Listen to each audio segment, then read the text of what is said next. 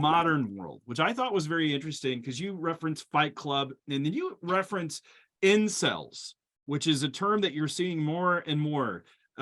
Describe this group of young men today that are filled with a lot of angst within society, and they create this idea of this.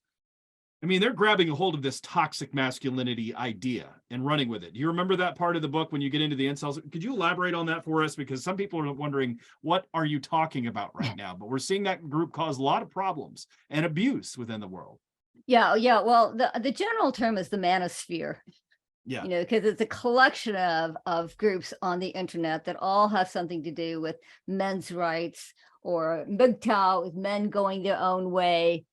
Which is a group that says you should just, eschew women altogether. Don't have relationships with women. Use them for sex if you need to, but, don't have relationships with them.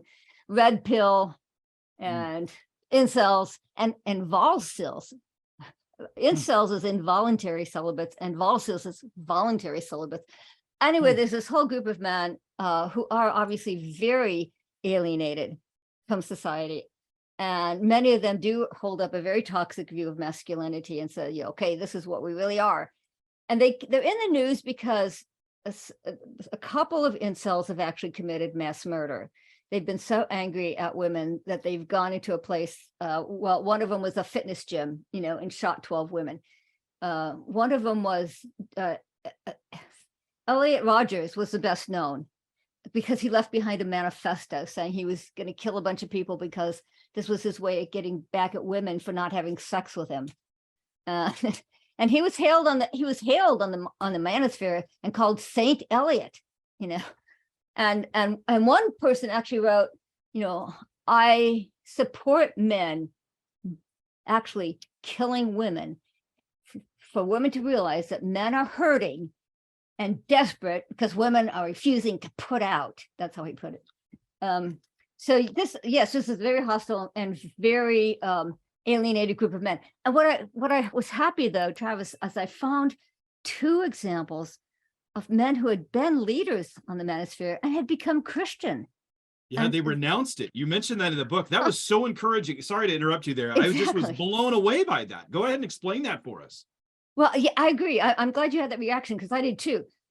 So one of them was known as one of the biggest sort of pickup artists. Oh, that's another group. PAU or pick up PUA. Yeah. Pickup artists. And he was one of the most reviled pickup artists, who would tell men, do this, do that if you want to, pick up women for sex. And then he had a background in the Eastern Orthodox Church, and he reconverted back to Eastern Orthodoxy and, depublished all his books, which had been his source of income, and, announced on his webpage that he now was going to follow Jesus. Yeah, he renounced it all. I repudiated it all. It was so encouraging to hear that, especially in the internet age today where things stay out there forever. And he says, no longer do I own any of this. I'm taking all this down. I was encouraged by that. Yeah, and there was another one too. And in both cases, I put them in there because I wanted people to be encouraged that even the most alienated of men, can be reached with the gospel.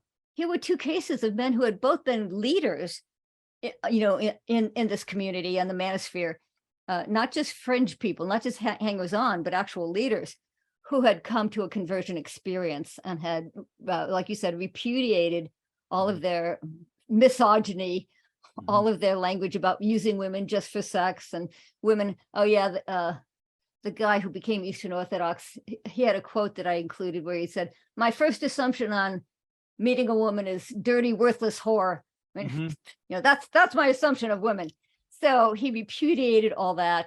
And I just think it really shows the power of the gospel, and that we should never give up on anyone, no matter how extreme they seem.